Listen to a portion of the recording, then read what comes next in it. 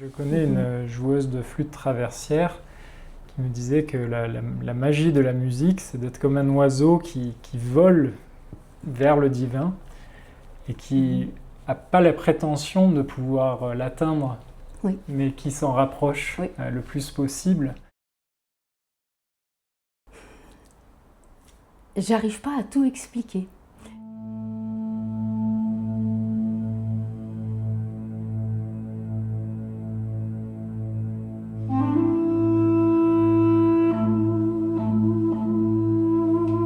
Le musicien doit combiner tout à la fois l'équilibre corporel du danseur, la vigilance et la compétence de l'artisan, la précision du geste du peintre, la mémoire et la présence du comédien,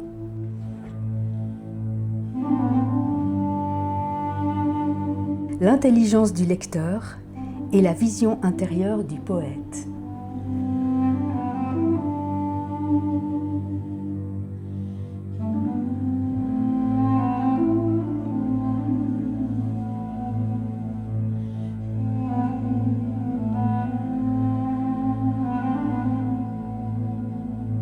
Je pense qu'il y a quelque chose de fondamentalement bon dans l'être humain, mais il faut arriver à développer, à ouvrir ça.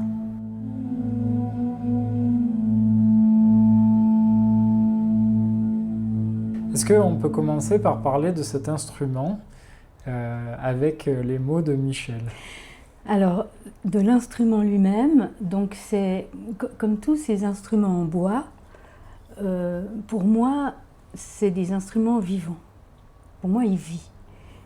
Autant le doudouk que l'anche, que le violon, qui est ici. Et donc le doudouk, c'est un instrument, donc c'est l'instrument emblématique du peuple arménien. Je raconterai après comment on s'est rencontrés. Bien sûr. Et donc il est fabriqué en bois d'abricotier sauvage. L'abricotier est un arbre qui est donc très présent en Arménie. Donc il est fabriqué en bois d'abricotier, c'est un bois qui est très dense. Et donc la fabrication, tout le processus est très important, le processus de séchage du bois, comme pour les violons. Je parle du violon parce que je l'apparente beaucoup au violon, alors qu'il est fabriqué de manière très différente, mais au niveau de ses possibilités. Et c'est un instrument qui a plus de 3000 ans et qui est fabriqué de cette manière. Plus de 3000 ans. Voilà, oui. Et qui n'a pas bougé. Il est fabriqué toujours de la même manière, avec ses 8 trous devant, les 2 trous derrière. Et c'est un instrument très simple, finalement, par rapport à la flûte à bec, où on a pris soin de mettre les trous en fonction de la longueur des doigts. Là, c'est tout droit. C'est à nous de faire avec. Et puis, donc il y a une anche qui est extrêmement large par rapport aux anches de hautbois et qui est fabriquée en roseau du Caucase. Donc ça, c'est une fabrication assez compliquée. Donc moi, je l'ai fait venir d'Arménie parce qu'ici, on ne trouve personne qui les fabrique. Et puis l'anche, elle va avoir une très grande importance pour la sonorité, pour le son, pour le timbre de l'instrument. Donc elle est fabriquée en roseau du Caucase, c'est une anche double, voilà, avec une petite bague faite en cèpe de vigne qui va permettre d'arranger l'ouverture, là, enfin d'ouvrir plus ou moins l'anche, et puis d'un petit bouchon qui permet de garder la forme, qui est fabriquée avec l'intérieur de la canne du roseau, qui est assez tendre, voilà.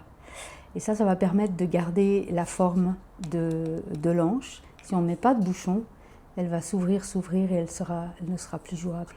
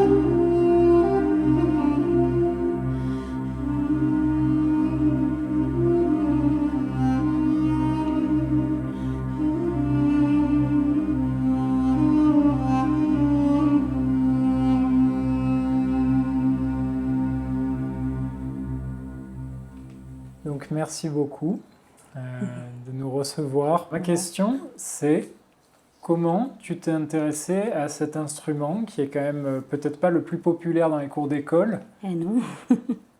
et qui requiert quand même une certaine complexité dans l'apprentissage, une subtilité. Qu'est-ce qui t'a intrigué, qu'est-ce qui t'a donné envie de jouer de cet instrument-là?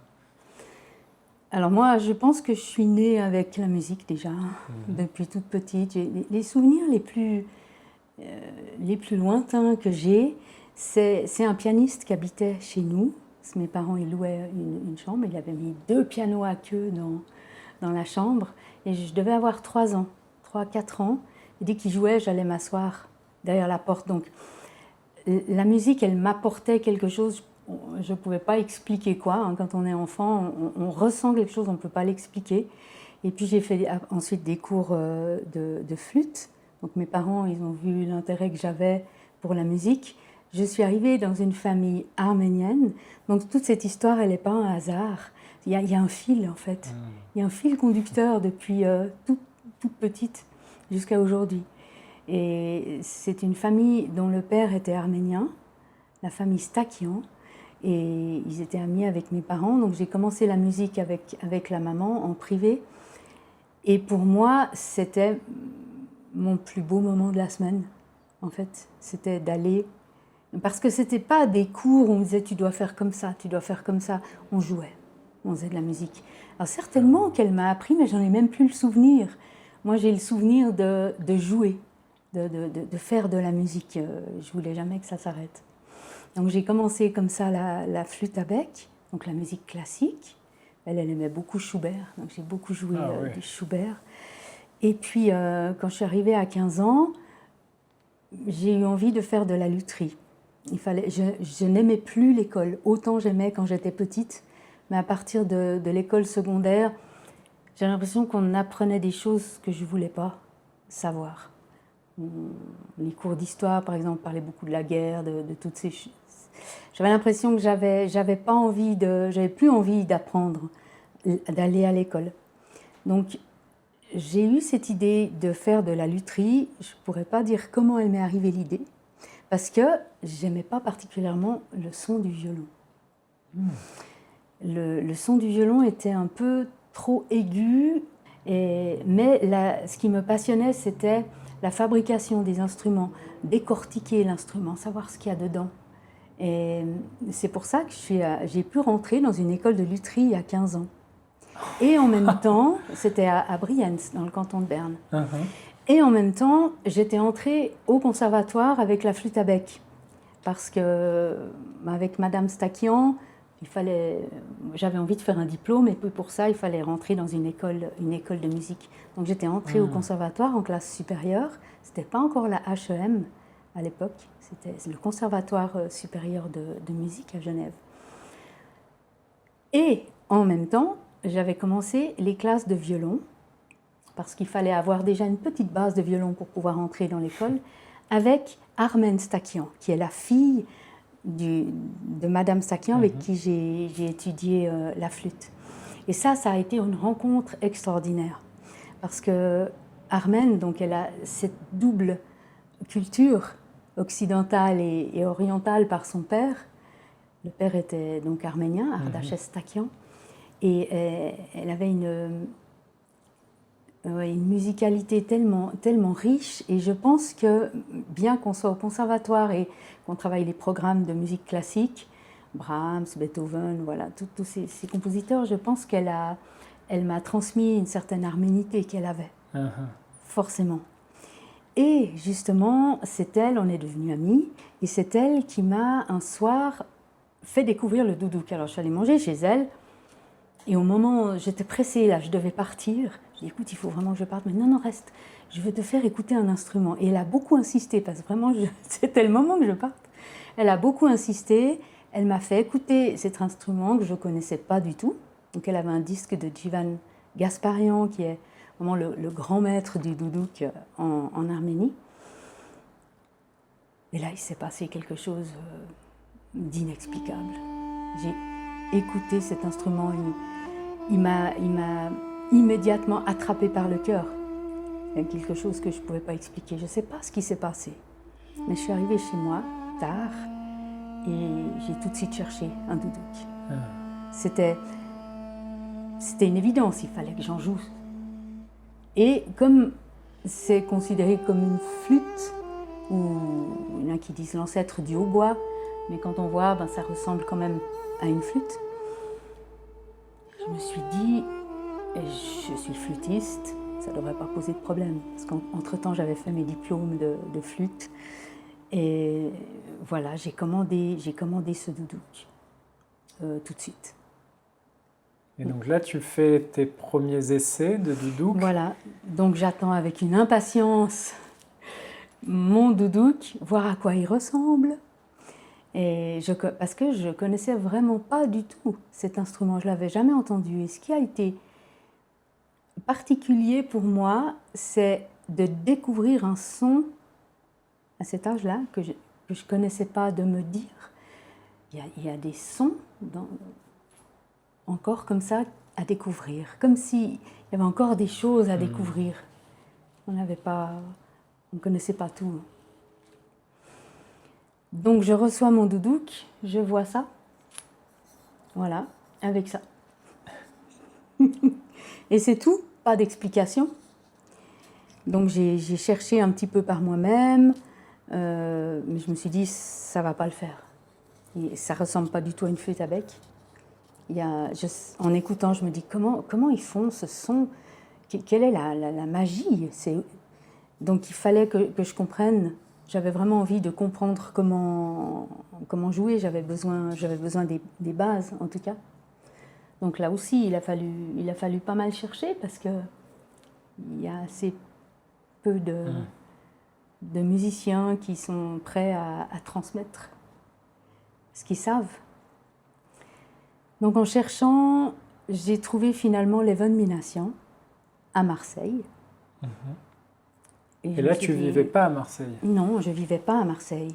Je ne vivais pas à Marseille, mais j'avais tellement envie que rien ne pouvait m'arrêter. Si j'avais dû aller à l'autre bout du monde, je pense que j'y serais allée. J'étais plus contrôlable. Il fallait que je puisse jouer. Il fallait que je puisse m'exprimer au travers de cet instrument-là. Donc voilà, je suis allée à Marseille. Je suis allée pendant de nombreuses années à Marseille, à peu près un week-end sur 2. Après, j'y passais une semaine. J'ai loué un petit appartement pour pouvoir y rester plus de temps, prendre des heures et des heures de cours.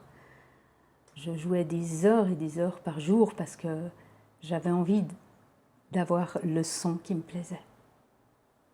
Voilà comment ça s'est passé, les débuts, avec le doudouk. Ouais. Cet instrument terriblement vivant. Un compagnon, en fait. Un compagnon de vie. C'est devenu mon compagnon de vie aujourd'hui. Il me suit partout.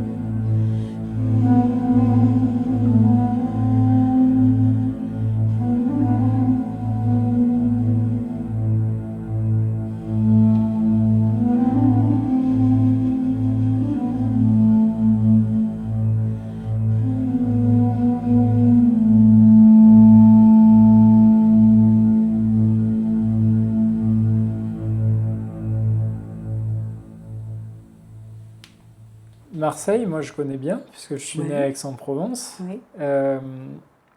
Est-ce que, pour moi, l'esprit de la ville, Mm.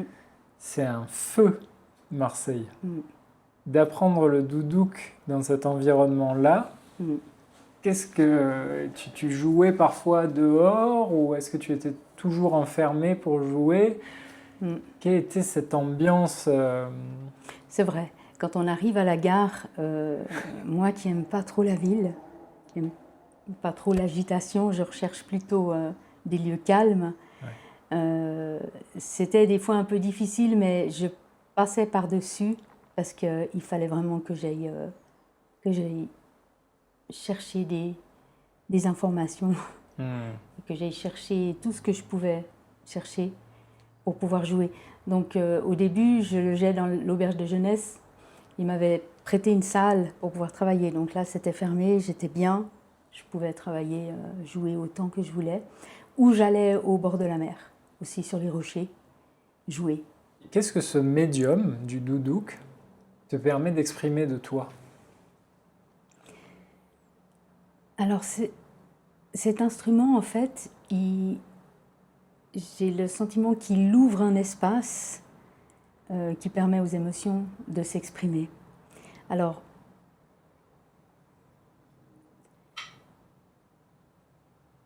je ne vais pas pouvoir définir les émotions qui sortent, parce que le doudouk, j'aime énormément le jouer en nature, c'est-à-dire dans la forêt, au bord de l'eau, et j'ai le sentiment que c'est qui va me permettre de communiquer avec ce qui m'entoure. C'est plutôt ça qu'exprimer des émotions. Et quand je joue, par exemple, en concert ou à des personnes, j'ai pas l'impression que c'est moi qui raconte une histoire. J'ai plus le sentiment que j'offre des notes qui vont leur permettre d'imaginer leur histoire. Et c'est un instrument qui me fait du bien, qui m'apaise. Et presque je pense plus quand je joue en fait. Donc je pourrais pas définir des émotions. Oui, c'est rempli d'émotions, mais peut-être plus quand j'écoute quelqu'un jouer que quand je joue moi-même. Comment tu décrirais cet état? Lorsque je joue, un don, un don à l'univers. Voilà. Je le ressens plus comme ça, comme si je donne quelque chose. Et j'ai pas besoin qu'il y ait des personnes, êtres humains qui m'écoutent. Ça peut être un arbre, ça peut être la nature. J'ai l'impression qu'il y a un dialogue. Parce que, en fait, je joue pas pour remplir un silence.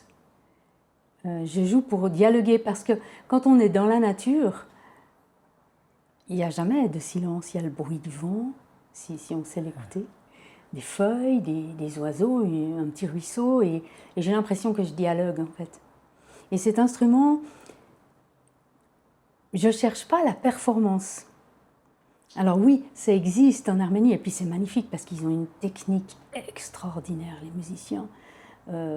C'est pas, on ne peut pas,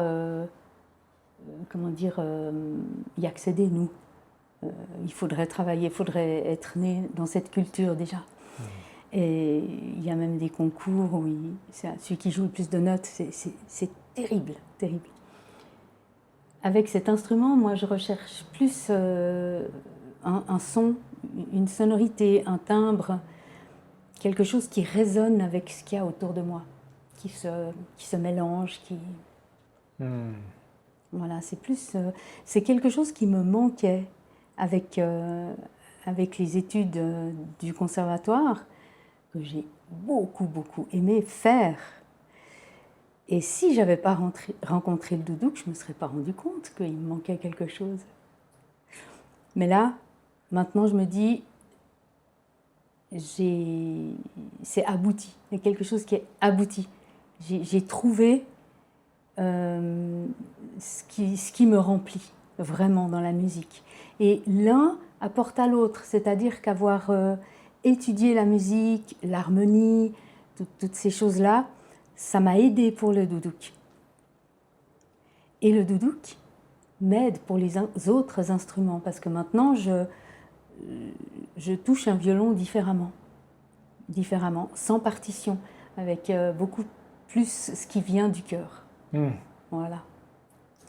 Ouais. C'est la transition parfaite. Prochaine question. Quand tu utilises cet instrument, c'est quelque chose qui est extérieur à toi, par définition. Oui. Et pourtant, littéralement, on pourrait le prendre comme un prolongement, une extension de toi. Oui. Parce que ça a même cette forme qui est en fait un relais de ce conduit du corps pour offrir le son. Est-ce que tu dirais que l'instrument ou toi sent ce qui se passe à l'intérieur? Oui, bien sûr, au niveau du souffle. Parce que, en fait, c'est le souffle qui va faire la continuité. C'est notre souffle à nous. Sans notre souffle, le doudouk, il n'exprime rien. Et nous, sans le doudouk, on peut souffler, mais... Donc c'est vraiment, ça se rejoint. Et c'est la même chose avec le violon, en fait. L'archet, c'est une continuité du bras. Donc je pense que tous les instruments, ils sont la continuité du musicien. Ils font corps avec.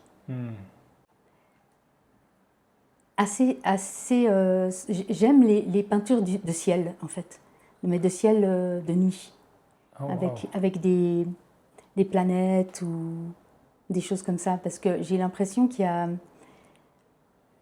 y a des possibilités infinies sur des peintures comme ça, de rajouter des petites choses, des petits cailloux, des petites couleurs. Parce que peut-être aussi que c'est un univers qui m'échappe, que je ne connais pas bien. Donc j'ai l'impression que tout est possible.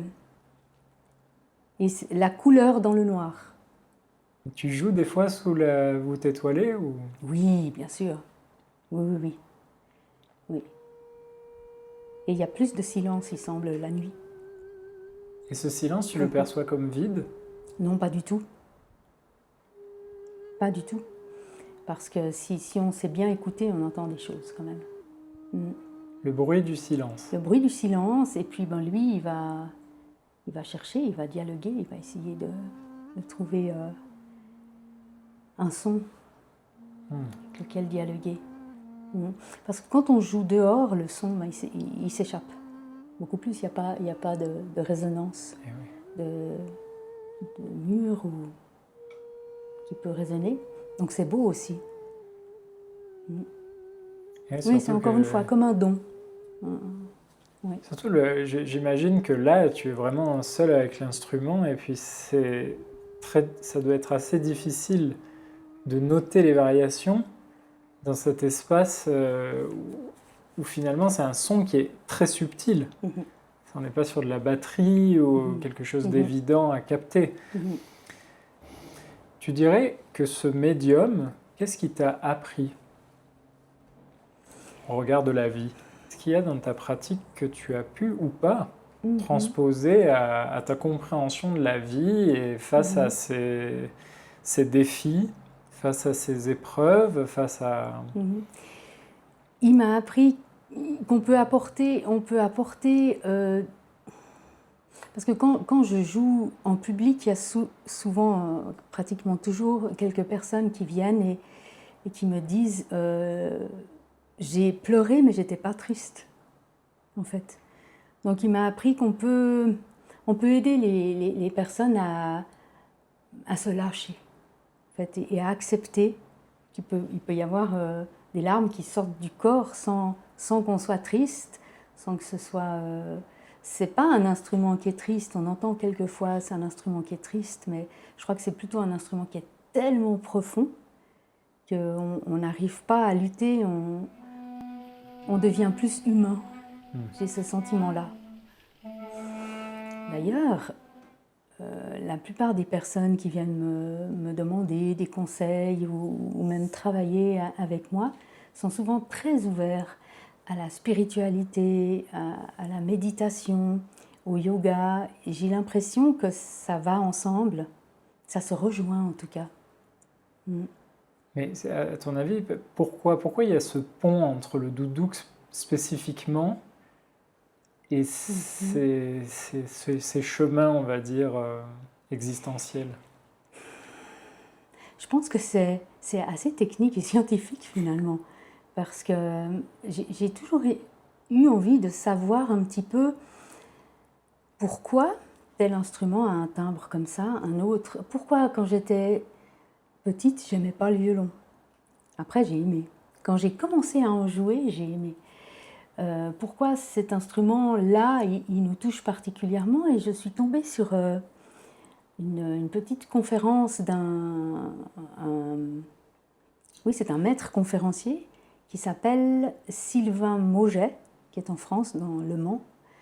Il fait des conférences notamment sur l'acoustique musicale, mais c'est très poussé, très technique. Hein. Mais c'est intéressant parce qu'il parle des fréquences des instruments. En fait, c'est toute une question d'énergie. Et je pense que l'être humain, ou même les animaux, moi, là je m'occupe d'un chat, il adore le doudouk. Il vient se mettre à côté de moi quand je joue, donc je pense qu'il y a... Puis il ne sait pas que c'est un doudouk. Je pense qu'il y a une question de fréquence. Et justement, c'est ce qu'il expliquait. Bon, je ne veux pas rentrer dans des sujets trop techniques, et puis je ne saurais pas le faire non plus. Mais il y a certains instruments, comme le violon, lorsqu'on joue une note fondamentale, ça va faire vibrer d'autres notes, ce qu'on appelle les harmoniques. Le violon, il est très riche. Et alors que le doudouk, de par son anche qui est énorme, elle va absorber justement ces harmoniques-là. Ah. Donc et par son cône qui est cylindrique, hein, il n'est pas conique, donc c'est cylindrique, c'est la même chose tout le long. Ces harmoniques-là, et par aussi la densité du bois, enfin tous ces paramètres-là font que ça va absorber et atténuer ces harmoniques. Donc c'est pour ça qu'on entendra un son beaucoup plus fondamental, beaucoup plus doux, où il n'y aura pas ajouté des harmoniques et des aigus et des...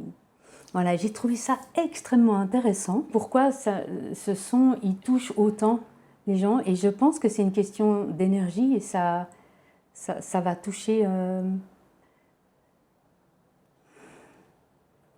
Moi, je dis toujours que le doudouk, c'est un son qui vient de l'au-delà et en même temps de la terre. Et j'ai l'impression que quand je joue du doudouk, je suis alignée. C'est-à-dire que je suis autant en relation avec l'au-delà qu'avec la terre. J'arrive pas à tout expliquer. Je m'y intéresse beaucoup, mais c'est assez technique. Je pense qu'il y a des choses assez techniques qui se passent. Et tout n'a pas besoin d'être expliqué. Voilà. Mais moi, c'est ce sentiment que j'ai d'être une sorte de verticalité comme ça, qui me lie avec ce son-là particulièrement.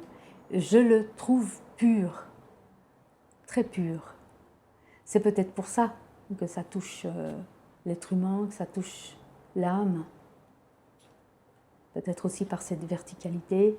Voilà, ça c'est tout des suppositions. Oui. Et je connais une joueuse de flûte traversière qui me disait que la magie de la musique, c'est d'être comme un oiseau qui vole vers le divin et qui n'a pas la prétention de pouvoir l'atteindre, mais qui s'en rapproche le plus possible. Et je sais que tu es professeur aujourd'hui. Donc tu as voulu partager ça avec d'autres. Tout à fait, oui.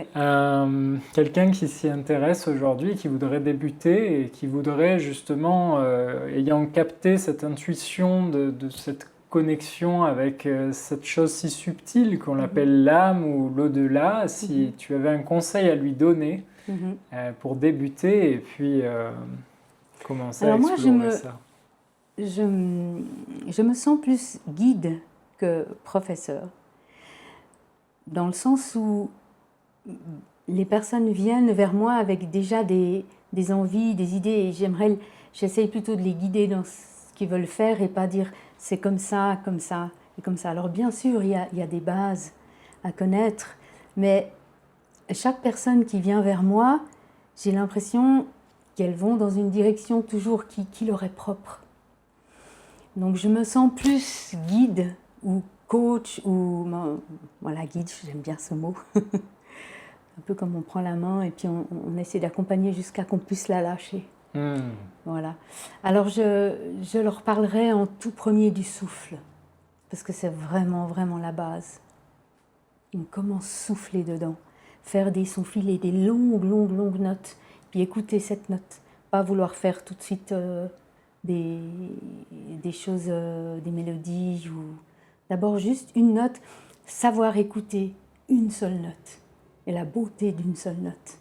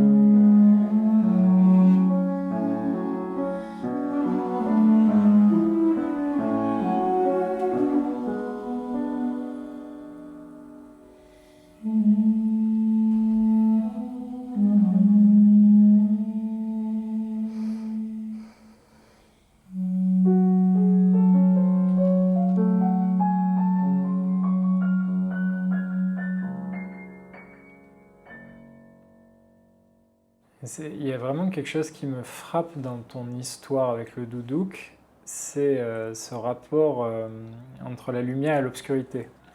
Ah, ouais. Parce qu'il y a ton histoire, tu pars de tes classes d'histoire, où tu veux plus entendre des histoires Oui. de guerre, Oui. et s'il y a bien un instrument qui est lié à la guerre, à ce son mélancolique de la guerre d'Arménie, c'est le doudouk.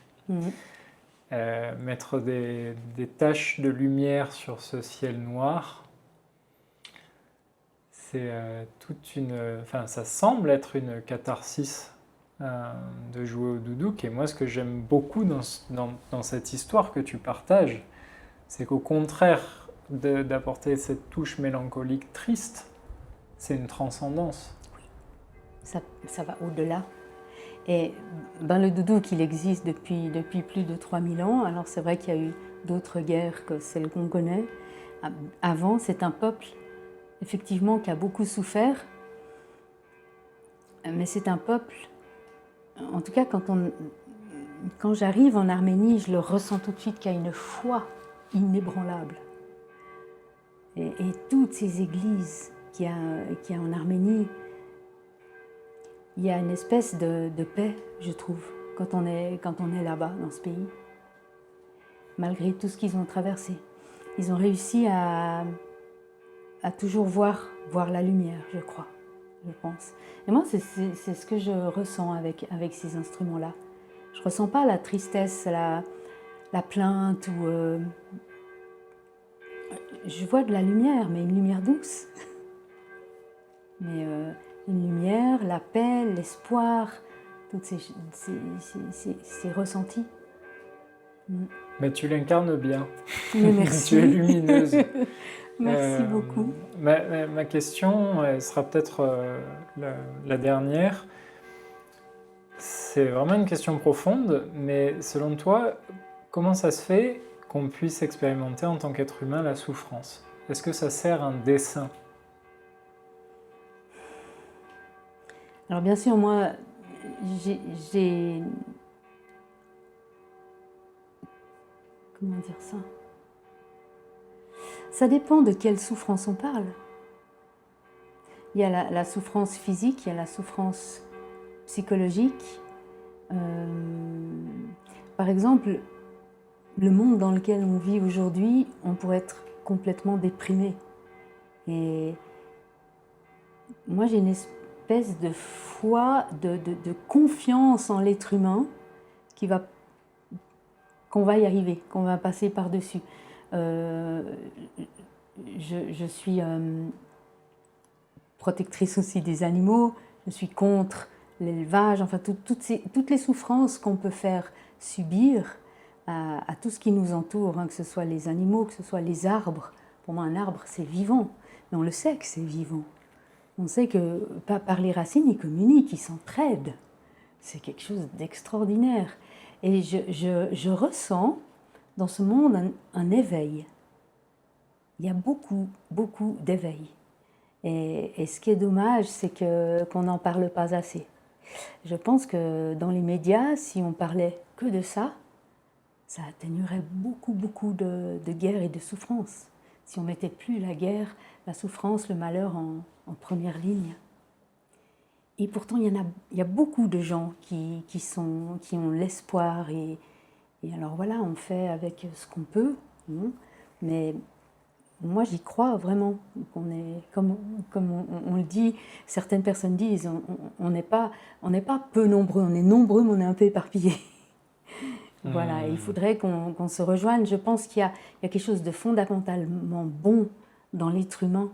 Mais il faut arriver à développer, à ouvrir ça.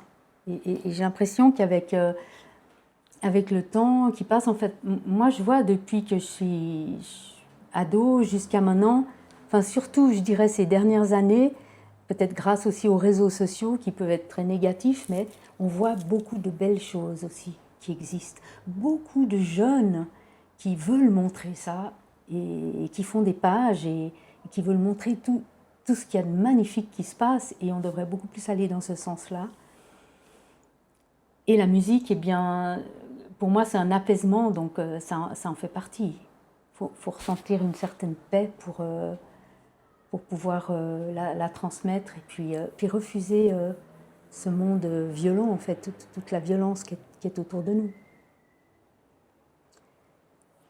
Voilà, c'est comme ça que je vis.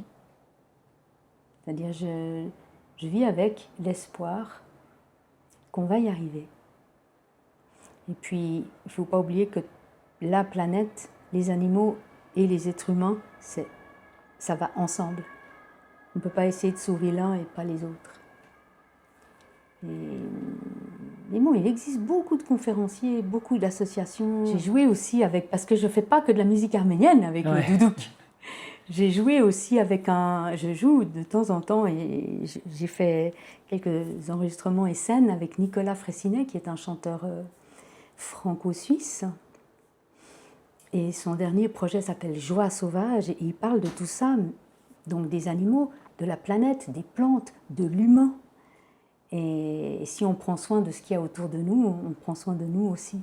Et son dernière œuvre, en fait, son CD et son spectacle est magnifique. Il s'appelle Joie sauvage et il y a du doudouk dedans. Parce que c'est pas un hasard de nouveau qu'il aime cet instrument. Je pense que c'est des rencontres, des aimants. Est-ce que tu as vu le film Dune? Non, j'ai entendu la musique. Ouais. Oui. Magnifique. Mais c'est pas la première fois qu'il a été utilisé dans des blockbusters. J'ai vu qu'il y avait beaucoup de films. Donc le premier film, c'était Gladiator. Et là, c'est Jivan Gasparian. Lui-même. C'est lui-même. C'est lui qui a, en fait, mis le doudouk en avant sur scène. Et on lui doit beaucoup. J'ai eu la chance de le rencontrer en Arménie. Et puis après... Ça a suivi donc beaucoup de musiques de films qui ont été enregistrées par Levon Minassian et Armand Amar. Bon, elles sont magnifiques, ces musiques de films. Donc c'est vrai que le doudouk, il y a un moment donné, était très prisé par les réalisateurs, enfin les compositeurs aussi de musique du film, parce que il va décupler l'émotion qu'on a avec les images. Avant que j'oublie, les personnes qui nous regardent et qui vivent en Suisse, du coup, si elles veulent apprendre avec toi, elles passent par un site internet ou... Oui, alors, en fait, je m'intéresse tellement au doudouk et à la fabrication des instruments, comme je l'ai dit au début de l'interview. J'aime bien décortiquer, voir comment c'est fait, qu'est-ce qu'il y a dedans. Donc il a fallu que je trouve des bons instruments. Donc au début, j'ai cherché un petit peu par hasard en Arménie, parce que c'est que là-bas qu'on les trouve.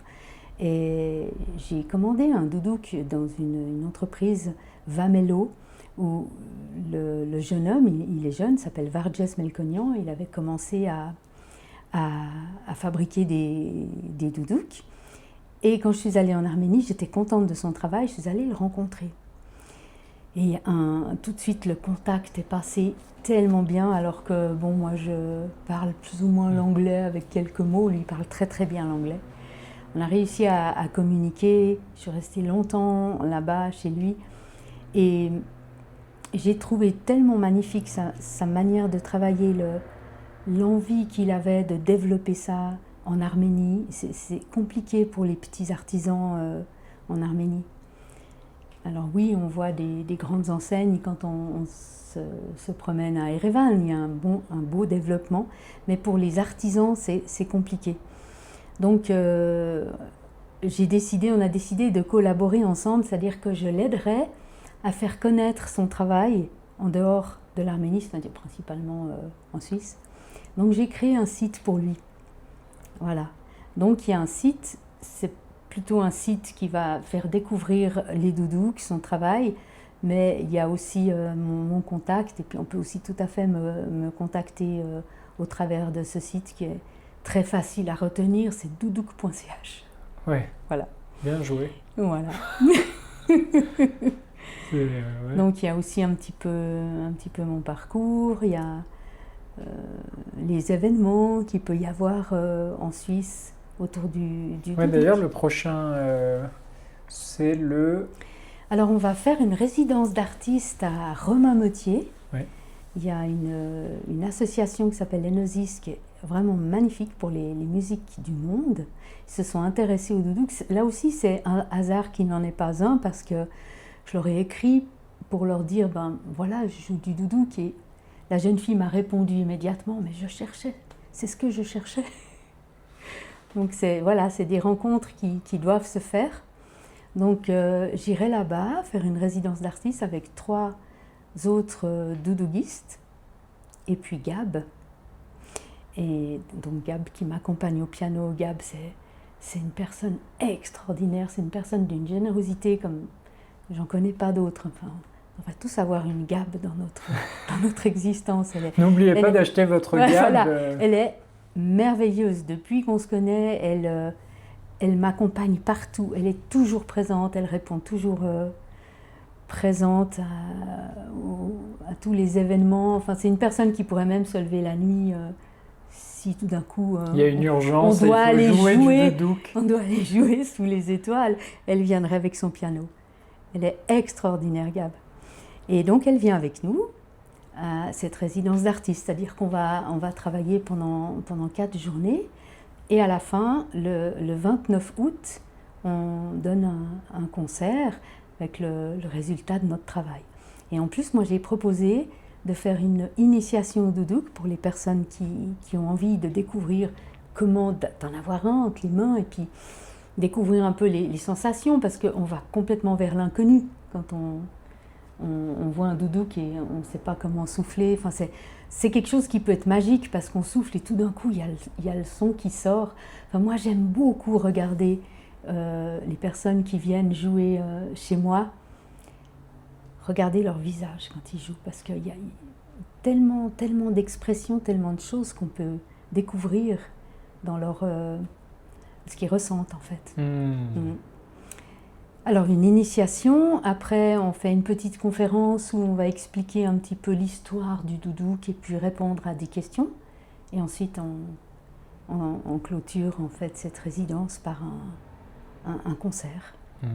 Voilà, à 4 doudouks. Donc je suis en train d'arranger les pièces pour que ça sonne bien. Le quatuor, c'est quand même une des formations les plus difficiles, que ce soit en violon ou en doudouk, ou parce qu'on a une personne par voix et il faut bien qu'on puisse se mettre ensemble. Mais c'est passionnant, vraiment passionnant. Oui, alors j'aurais aimé ajouter un petit texte. C'est un livre que m'a fait découvrir également Armen Stakian, cette magnifique violoniste avec qui j'ai fait toutes mes études de violon, qui s'appelle Le violon intérieur et en fait qui va très bien. On aurait pu l'appeler le doudouk intérieur, ce livre, ou n'importe quel instrument finalement. Parce que quand on apprend un instrument, surtout au conservatoire, et le violon souvent, c'est un instrument tellement difficile qu'on va se crisper, et puis on va... Et elle nous apprend à se détendre et à juste laisser aller le son. Tant pis s'il y a une note qui n'est pas tout à fait juste ou tout à fait... Mais on est tellement aussi dans les conservatoires crispés, il y a les examens, il y a toutes ces choses-là crispées à pas faire quelque chose de faux. Et avec ce livre, en fait, elle a voulu détendre les violonistes et leur montrer qu'il y a une autre approche pour arriver à jouer. Et ça, moi, je trouve que ça correspond à tous les instruments. Et elle dit quelque chose, je vais vous le lire. Avec grand plaisir. Alors, l'instrument met en cause le musicien dans toutes ses virtualités, explore tous les aspects de sa personnalité. Le musicien doit combiner tout à la fois l'équilibre corporel du danseur, la vigilance et la compétence de l'artisan, la précision du geste du peintre, la mémoire et la présence du comédien, l'intelligence du lecteur et la vision intérieure du poète. Je trouve ce texte fabuleux. C'est sublime. Parce que, voilà, ça